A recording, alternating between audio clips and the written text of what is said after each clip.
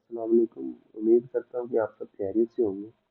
तो आज हम जो टॉपिक डिस्कस करने लगे हैं वो है cash flow statement by test method. तो आगे मैंने वीडियोस बनाई थी लेकिन ना मैं सही से समझा नहीं पाया। तो मुझे ना कुछ कमी लगी तो मैंने कहा चलिए दोबारा डिस्कस कर दूँ ये टॉपिक आपके साथ।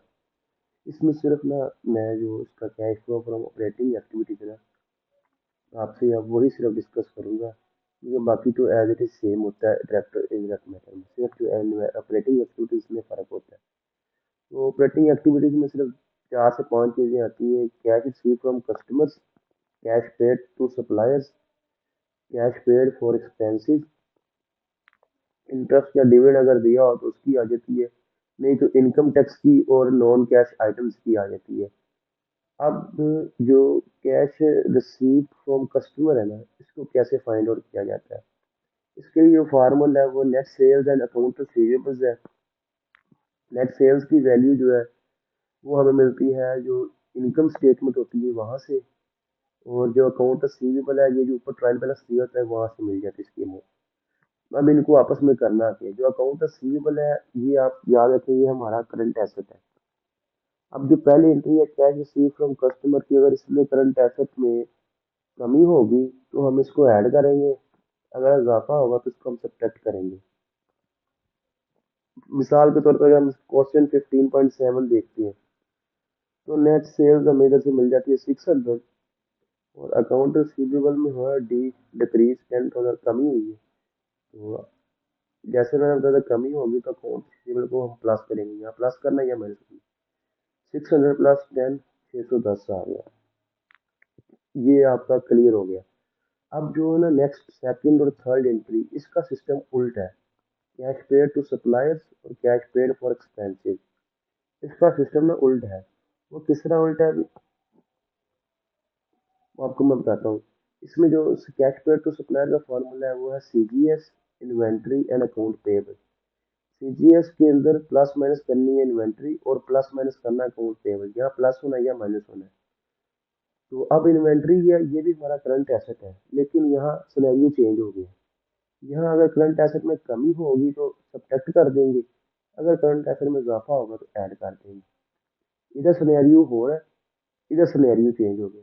इसी तरह इधर जो लाइबिलिटी का सिनेरियो है ये भी उल्ट हो गया। अगर लाइबिलिटी में कमी होगी तो ऐड करेंगे, अगर इसमें इजाफा होगा तो लेस कर देंगे। बिल्कुल इसके ना अपोजिट हो जाएगी लाइबिलिटी की। अब जो हमारे पास क्वेश्चन है 15.7।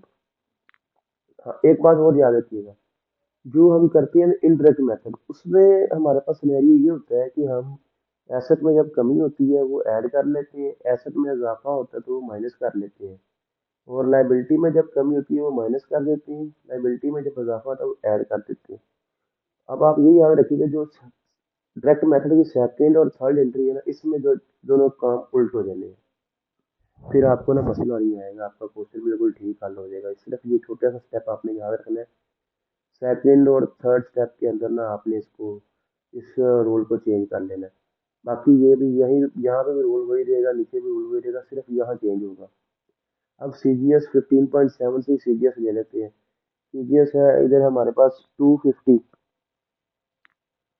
तो और सीजीएस था इन्वेंट्री हमारे पास है इंक्रीज, एसेट में इजाफा होगा तो ये ऐड हो जाएगा।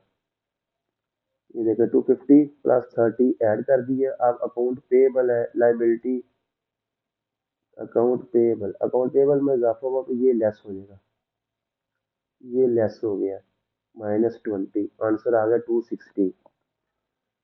अब cash paid for expenses, expense के लिए जो पैसे पे किए इसमें ऑल एक्सपेंस ले लेंगे, डेप्रिसिएशन माइनस कर देनी है। ये डेप्रिसिएशन तो पक्की बात है, ये माइनस ही होनी है, इसके अंदर कोई कंसेप्ट नहीं है अभी इसको बढ़ेगी तब माइनस करनी है, कम होगी तब माइनस, ये हमेशा माइनस ही होनी है। अब जो प्रीपेड एक्सपेंस है और अक्रूड एक्सपेंस है इन दोनों यहाँ ये प्लस होंगे या माइनस होंगे। अब ये प्लस कब होते हैं? वही बात, प्रीपेड एक्सपेंस हमारा करंट एसेट है, करंट एसेट में कमी होगी तो माइनस हो जाएगा, करंट एसेट में इजाफा होगा इंक्रीज होगा तो ये ऐड हो जाएगा।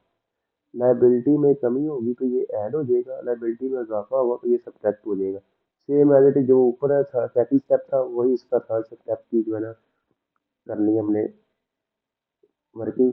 और अब एग्जांपल ले लेते हैं 15.7, इसमें हमारे पास सेलिंग और एडमिनिस्ट्रेटिव एक्सपेंस है 280। उसके बाद डेप्रिसिएशन इसकी क्यूमुलेटेड थी 40, 280 माइनस 40 लिखा जाएगा। उसके बाद prepaid expense, prepaid expense prepaid expense में डिक्रीज हुआ है, एसेट में जो कमी होगी तो ये लेस हो जाएगा इस केस में ना। ये देखिए कमी हुई, ये सब्ट्रैक्ट हो जाएगा, ये सब्ट्रैक्ट हो गया, ये -5 हो गया। उसके बाद एक्रूवर्ड लाइबिलिटीज, लाइबिलिटीज में कमी होगी तो ये ऐड हो जाएगा, और ये यहाँ देखिए ऐड हो गया 10, ये लाइबिलिटी में कमी होगी तो ऐड होगा, तो ये आंसर आ जाएगा 245। अब 610 है, कैश रिसीव्ड है, ये पॉजिटिव लिखा जाएगा, जब कैश पे करते हैं तो ये नेगेटिव में लिखा जाता है माइनस में, और जब कैश फिर पेड करेंगे एक्सपेंस के लिए ये भी माइनस में लिखा जाएगा। उसके बाद अगर तो इंटरेस्ट और डिविडेंड क्वेश्चन में दिया गया जिस तरह 15.4 है, 15.2 इनमें इंटरेस्ट और डिविडेंड की एंट्रीज है, तो फिर ये इस तरह होंगे, जो इंटरेस्ट है और जो इंटरेस्ट रिसीवेबल है वो ऐड हो जाएगा या लेस होगा। अगर इंटरेस्ट में कमी होगी तो वो आपका ऐड हो जाएगा, अगर इजाफा होगा तो वो लेस हो जाएगा। उसके बाद आ जाएगा इनकम टैक्स। इनकम टैक्स आपने ये सबसे पहले देखनी है इनकम स्टेटमेंट। इनकम स्टेटमेंट में टोटल इनकम टैक्सेस थे $30 के, उसने जब स्टेटमेंट बनाई है। लेकिन जो ट्रायल बैलेंस बताता है वो कहता है अभी आपने अभी डेफर्ड टैक्स है जो अभी आपने अदा नहीं किए, फ्यूचर में पे करने हैं, वो 5 है।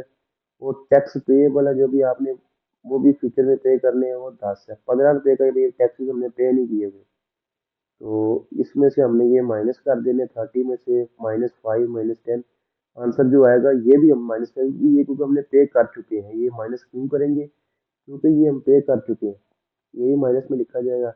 और जो नॉन कैश आइटम्स है ये ऐड हो जाएंगी। नॉन कैश आइटम्स जो है वो भी इनकम स्टेटमेंट में लिखी हुई है, ये देखिए, gain on the sale of land 40, loss on the sale of investment minus में 5, ये 35 जो है ये हम इसमें ऐड कर देंगे, तो आंसर जो है ना इस तरह फिर 125 आ जाएगा 15.7, क्योंकि इंटरेक्ट मेथड से भी आंसर इसका 125 ही आता है। तो ये था, मैंने इसलिए इसको दोबारा एक्सप्लेन कर दिया ताकि आपको कोई भी किसी किस्म की कोई एम्बिगुइटी है या कोई मसला है वो आपका यहाँ से सॉल्व हो जाए। उम्मीद तो है भी आपको मैं अच्छे से समझा पाया हूँगा, लेकिन फिर भी कोई मसला आपको लगता है तो मैं हाजिर हूँ जनाब, कोई मसला नहीं है, तो ये आप देख सकते हैं।